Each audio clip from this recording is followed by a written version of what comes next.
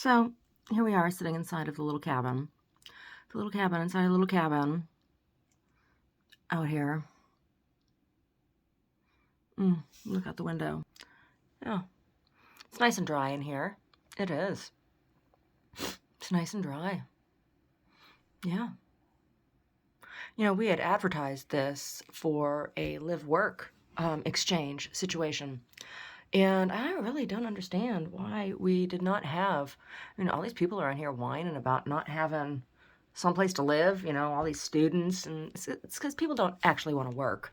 Right? People don't want to actually, they want to be given something. They don't want to actually have to work or pay for something, right?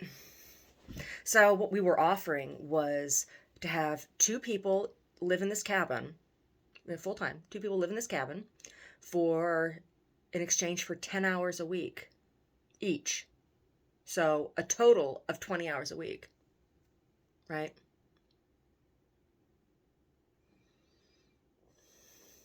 One or two people, right? The cabin cost 20 hours of work a week. And there's two beds in here. It sleeps two. And we were offering it in 1 to 3 month increments. So this wasn't like a full-time kind of thing.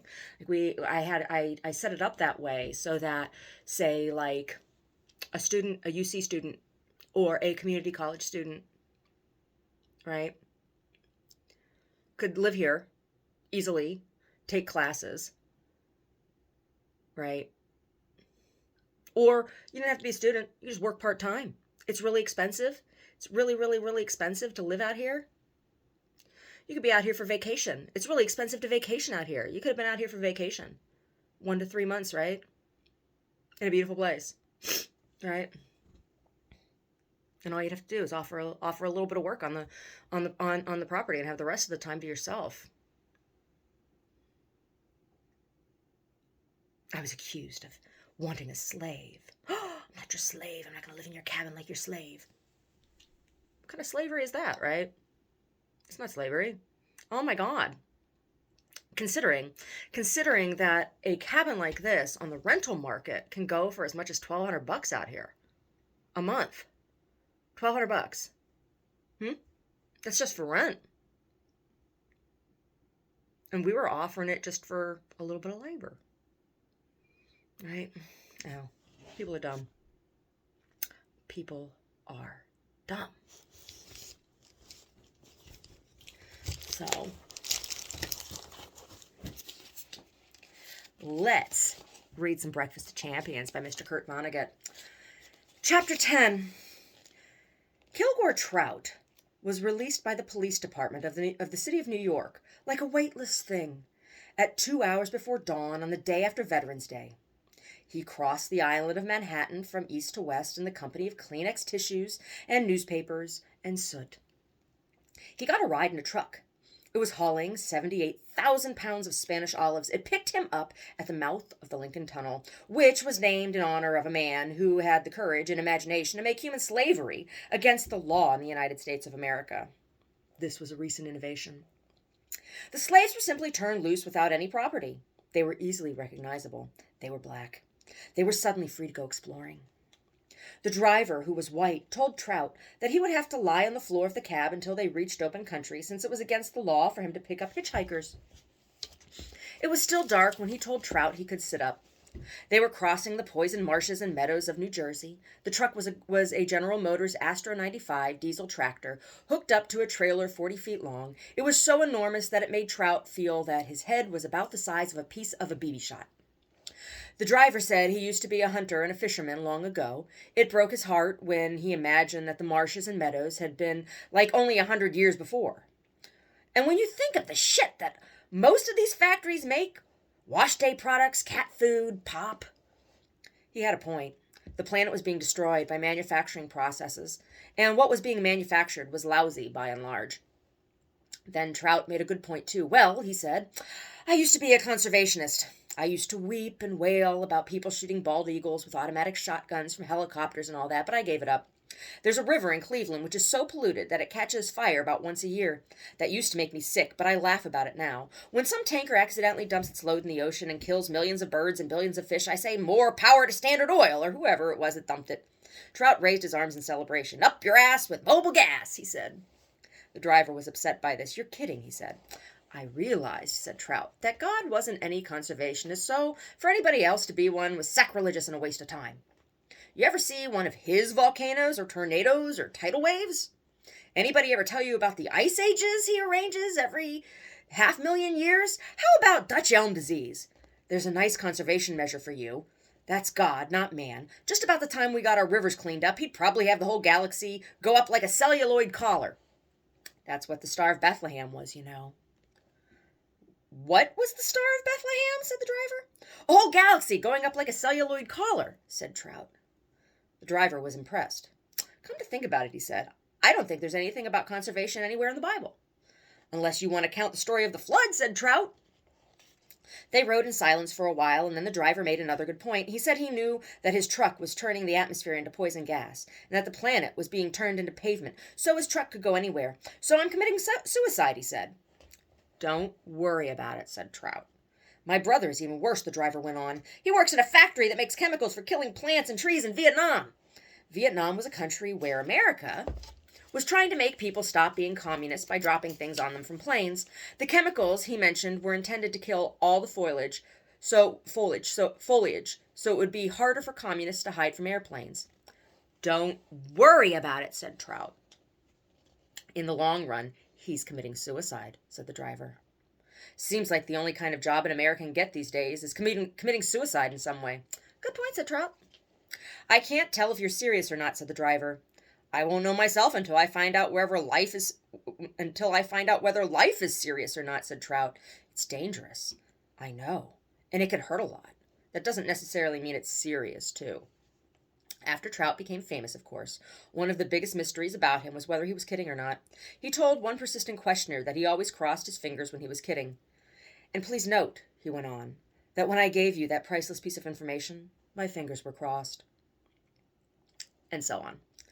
He was a pain in the neck in a lot of ways. The truck driver got sick of him after an hour or two. Trout used the silence to make up an anti-conversation story he called Gilongo. Gilongo was about a planet which was unpleasant because there was too much creation going on. The story began with a big party in honor of a man who had wiped out an entire species of darling little panda bears. He had devoted his life to this. Special plates were made for the party, and the guests got to take them home as souvenirs. There was a picture of a little bear on each one, and the date of the party. Underneath the picture was this word, Gilongo. In the language of the planet, it meant extinct. People were glad that the bears were Gilongo because there were too many species on the planet already and new ones were coming into being almost every hour. There was no way anybody could prepare for the bewildering diversity of creatures and plants that he was likely to encounter. These people were doing their best to cut down on the number of species so that life could be more predictable, but nature was too creative for them. All life on the planet was suffocated at last by a living blanket 100 feet thick. The blanket was composed of passenger pigeons and eagles and Bermuda erns and whooping cranes. At least it's olives, the driver said. What? Said Trout. Lots worse things we could be hauling than olives. Right, said Trout. He'd forgotten that the main thing they were doing was moving 78,000 pounds of olives to Tulsa, Oklahoma. The driver talked about politics some. Trout couldn't tell one politician from another. They were all formlessly enthusiastic chimpanzees to him. He wrote a story one time about an optimistic chimpanzee who became president of the United States. He called it Hail to the Chief. The chimpanzee wore a little blue blazer with brass buttons, and with the seal of the President of the United States sewed to the breast pocket. It looks like this. Everywhere he went, bands would play Hail to the Chief. The chimpanzee loved it. He would bounce up and down. They stopped at a diner. Here's what the sign in front of the diner said. Eat. So they ate. Trout spotted an idiot who was eating too. The idiot was a white male adult in the care of a white female nurse. The idiot couldn't talk much. He had a lot of trouble feeding himself. The nurse put a bib around his neck. But he certainly had a wonderful appetite. Trout watched him shovel waffles and pork sausage into his mouth, watched him guzzle orange juice and milk. Trout marveled at What a big animal the idiot was. The idiot's happiness was fascinating too, as he stoked himself with calories, which would get him through yet another day. Trout said this to himself, "Stoking up for another day." "Excuse me?" the truck driver said to Trout. "I've got to take a leak." "Back where I come from," Trout said, "that means you're going to steal a mirror. We call mirrors leaks." "I never heard that before," said the driver. He repeated the word leaks. He pointed to a mirror on his cigarette machine. "You call that a leak?" "Doesn't it look like a leak to you?" said Trout. "No," said the driver. "Where did you say you were from?" "I was born in Bermuda," said Trout. About a week later, the driver would tell his wife that mirrors were called leaks in Bermuda, and she would tell her friends. When Trout followed the driver back to the truck, he took his first look at their form of transportation from a distance, saw it whole. There was a message written on the side of it in bright orange letters, which were 8 feet high. This was it. Pyramid. Trout wondered what a child who was just learning to read would make of a message like that. The child would suppose that the message was terrifically important, since somebody had gone to the trouble of writing it in letters so big. And then, pretending to be a child by the roadside, he read the message on the side of another truck. This was it. Ajax. We'll do one more chapter. Chapter 11. Dwayne Hoover slept until 10 at the new Holiday Inn. He was much refreshed. He had a number 5 breakfast in the popular restaurant of the inn, which was the Tally-Ho Room. The drapes were drawn at night. They were wide open now. They let the sunshine in. At the next table, also alone, was Cyprian Yukwande, the Indaro, the Nigerian. He was reading the classified ads in the Midland City Bugle-Observer. He needed a cheap place to live. The Midland County General Hospital was footing his bills at the inn while he looked around, and they were getting restless about that. He needed a woman, too, or a bunch of women who would fuck him hundreds of times a week because he was so full of lust and jism all the time. And he ached to be with his Indaro relatives back home. He had 600 relatives he knew by name. Yukwande's face was impassive as he ordered the number 3 breakfast with whole wheat toast. Behind his mask was a young man in the terminal stages of nostalgia and lover's nuts. Dwayne Hoover, 6 feet away, gazed out at the busy, sunny interstate highway. He knew where he was. There was a familiar moat between the parking lot and the inn and the interstate, a concrete trough which the engineers had built to contain Sugar Creek. Next came a familiar, resilient steel barrier which prevented cars and trucks from tumbling into Sugar Creek. Next came the 3 familiar westbound lanes, and then the familiar grassy median divider. After that came the 3 familiar eastbound lanes, and then another familiar steel barrier. After that came the familiar Will Fairchild Memorial Airport, and then the familiar farmlands beyond. It was certainly flat out there. Flat city, flat township, flat country, flat state. When Dwayne was a little boy, he had supposed that almost everybody lived in places that were treeless and flat. He imagined that oceans and mountains and forests were mainly sequestered in state and national parks. In the 3rd grade, little Dwayne had scrawled an essay which argued in favor of creating a national park at a bend in Sugar Creek, the only significant surface water within 8 miles of Midland City. Dwayne said the name of the familiar surface water to himself now silently. Sugar Creek. Sugar Creek was only 2 inches deep and 50 yards wide at the bend, where little Dwayne thought the park should be. Now they had put the Mildred Berry Memorial Center for the Arts there instead. It was beautiful. Dwayne fiddled with his lapel for a moment, felt a badge pinned there. He unpinned it, having no recollection of what it said. It was a boost for the Arts Festival, which would begin that evening. All over town, people were wearing badges like Dwayne's. Here's what the badges said. Support the arts. Sugar Creek flooded now and then. Dwayne remembered about that. In a land so flat, flooding was a queerly pretty thing for water to do. Sugar Creek, brimmed over silently, formed a vast mirror in which children might safely play. The mirror showed the citizens a shape of the valley they lived in, demonstrated that they were hill people who inhabited slopes rising 1 inch for every mile that separated them from Sugar Creek. Dwayne silently said the name of the water again. Sugar Creek. Dwayne finished his breakfast, and he dared to suppose that he was no longer mentally diseased, that he had been cured by a simple change of residence, by a good night's sleep. His bad chemicals let him cross the lobby and then the cocktail lounge, which wasn't open yet, without experiencing anything strange. But when he stepped out of the side door of the cocktail lounge and onto the asphalt prairie which surrounded both his inn and his Pontiac agency, he discovered that someone had turned the asphalt into a sort of trampoline. It sank between Dwayne's weight. It dropped Dwayne to well below street level, then slowly brought him only part way up again. He was in a shallow, rubbery dimple. Dwayne took another step in the direction of his automobile agency.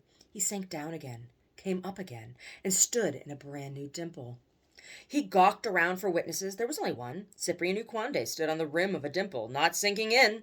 This was all Uquande had to say, even though Dwayne's situation was extraordinary. Nice day. Dwayne progressed from dimple to dimple. He blooped across the used car lot now. He stopped in a dimple, looked up at another young black man. This one was polishing a maroon 1970 Buick Skylark convertible with a rag. The man wasn't dressed for that sort of work. He wore a cheap blue suit and a white shirt and a black necktie. Also, he wasn't merely polishing the car, he was burnishing it. The young man did some more burnishing, then he smiled at Dwayne blindingly, and then burnished the car again. Here was the explanation. This young black man had just been paroled from the adult correctional institution at Shepherdstown. He needed work right away or he would starve to death, so he was showing Dwayne how hard a worker he was. He had been in orphanages and youth shelters and prisons of one sort or another in the Midland City area since he was 9 years old. He was now 26. He was free at last! Dwayne thought the young man was a hallucination. The young man went back to burnishing the automobile. His life was not worth living. He had a feeble will to survive. He thought the planet was terrible, that he never should have been sent there. Some mistake had been made. He had no friends or relatives. He was put in cages all the time. He had no name for a better world, and he often saw it in dreams. Its name was a secret. He would have been ridiculed if he had said its name out loud. It was such a childish name. The young black jailbird could see the name any time he wanted to, written in lights on the inside of his skull. This is what it looked like. Fairyland. There's a fairyland at Lake Merritt. It's a park in Oakland. He had a photograph of Dwayne in his wallet. He used to have photographs of Dwayne on the walls of his cell at Shepherdstown. They were easy to get because Dwayne's smiling face with his motto underneath was a part of every ad he ran in the Bugle Observer. The picture was changed every 6 months. The motto hadn't varied in 25 years. Here was the motto. Ask anybody. You can trust Dwayne. The young ex-convict smiled yet again at Dwayne. His teeth were in perfect repair. The dental program at Shepherdstown was excellent. So was the food. Good morning, sir, said the young man to Dwayne. He was dismayingly innocent. There was so much he had to learn. He didn't know anything about women, for instance. Francine Pefko was the first woman he had spoken to in 11 years. Good morning, said Dwayne. He said it softly, so his voice wouldn't carry very far, in case he was conversing with a hallucination. Sir, I have read your ads in the newspapers with great interest, and I have found pleasure in your radio advertising too, the parolee said. During the last year in prison, he had been obsessed by one idea, that he would work for Dwayne someday and live happily ever after. It would be like fairyland. Dwayne made no reply to this, so the young man went on. I'm a very hard worker, sir, as you can see. I hear nothing but good things about you. I think the good Lord meant for me to work for you. Oh, said Dwayne. Our names are so close, said the young man. It's the good Lord telling us both what to do. Dwayne Hoover didn't ask him what his name was, but the young man told him anyway, radiantly. My name, sir, is Wayne Hoobler. All around Midland City, Hoobler was a common nigger name. Dwayne Hoover broke Wayne Hoobler's heart by shaking his head vaguely, then walking away. Dwayne entered his showroom. The ground wasn't blooping underneath him anymore, but now he saw something else for which there could be no explanation. A palm tree was growing out of the showroom floor. Dwayne's bad chemicals made him forget all about Hawaiian Week. Actually, Dwayne had designed the palm tree himself. It was a sawed-off telephone pole, swaddled in burlap. It had a real coconut nailed to the top of it. Sheets of green plastic had been cut to resemble leaves. The tree so bewildered Dwayne that he almost swooned. Then he looked around and saw pineapples and ukuleles scattered everywhere. And then he saw the most unbelievable thing of all. His sales manager, Harry LeSabre, came toward him leeringly, wearing a lettuce green leotard, straw sandals, a grass skirt, and a pink t-shirt, which looked like this. Make love, not war. Harry and his wife had spent all weekend arguing about whether or not Dwayne suspected that Harry was a transvestite. They concluded that Dwayne had no reason to suspect it. Harry never talked about women's clothes to Dwayne. He had never entered a transvestite beauty contest or done what a lot of transvestites in Midland City did, which was join a big transvestite club over in Cincinnati. He never went into the city's transvestite bar, which was Ye Old Rathskeller, in the basement of the Fairchild Hotel. He had never exchanged Polaroid pictures with any other transvestites, had never subscribed to a transvestite magazine. Harry and his wife concluded that Dwayne had meant nothing more than what he had said, that Harry had better put on some wild clothes for Hawaiian Week, or Dwayne would can him. So here was the new Harry now, rosy with fear and excitement. He felt uninhibited and beautiful and lovable and suddenly free. He greeted Dwayne with a Hawaiian word, which meant both hello and goodbye. Aloha, he said. Oh, we're going to stop there for now, Mr. Vonnegut. Oh, Mr. Vonnegut. God bless you. God bless you, Mr. Vonnegut, right? Oh my gosh. So, when was this book published again? See, there's nothing new. There's nothing new. Everybody's all up in arms. Everybody's all up in arms about bullshit that isn't even new, right? And if you are offended by the fact that I actually read the N-word, I don't know what to tell you. It's in the book. It's written there. It's written there. It's in the book, right? That's what it said. When was this book? Where's the publisher's page? You can't be mad at me about that. You can't be. And I'm not going to censor literature. No, I'm not going to. This was 1973. 1973. 1973. Here we are. 2023. 73 to 83, 83 to 93, 93 to 2003, 2003 to 2013, 2013. It's 50 years. This book is 50 years old. This book is 50 years old. Talking about the same shit. SOSDD. Same old shit, different day. Anyway,